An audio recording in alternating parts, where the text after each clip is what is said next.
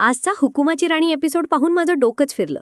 चिकूचा मृत्यू म्हणजे दुःख नाही, तो थेट संशयाचा बॉम्ब आहे. डॉक्टर वाचवू शकलो नाही म्हणतो आणि केस संपवतो. तर काय आहे हा प्रकार पाहूयात. त्याआधी लगेच सबस्क्राईब करा. राणी पोलिसांसमोर उर्मिला विक्रांतवर आरोप करते, तरीही कोणी आत नाही. म्हणजे काय, गुन्हेगार नाटकात VIP असतात का?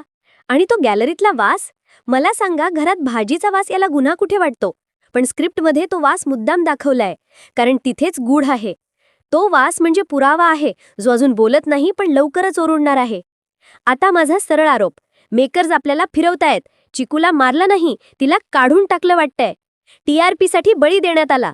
तुम्हाला पटो किंवा न पटो, हेच कडवं सत्य आहे. आणि पुढे काय?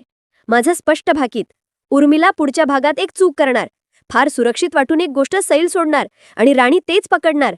विक्रांत पोलिसांपुढे नाही, राणीपुढे घामाघूम होणार. आणि इंद्रा, तो राणीच्या जवळ येणार, शोकातून नाही तर प्रेमातून. फ्रेंड्सची लेबल आता तुटून पडणार आहे. आता मला सांगा, लेखकांना वाटते का प्रेक्षक आंधळे आहेत? चिकूचा शेवट स्वच्छ होता की काहीतरी घाण लपवली गेलीय? कमेंट करा, निष्पाप की बडीचा बकरा.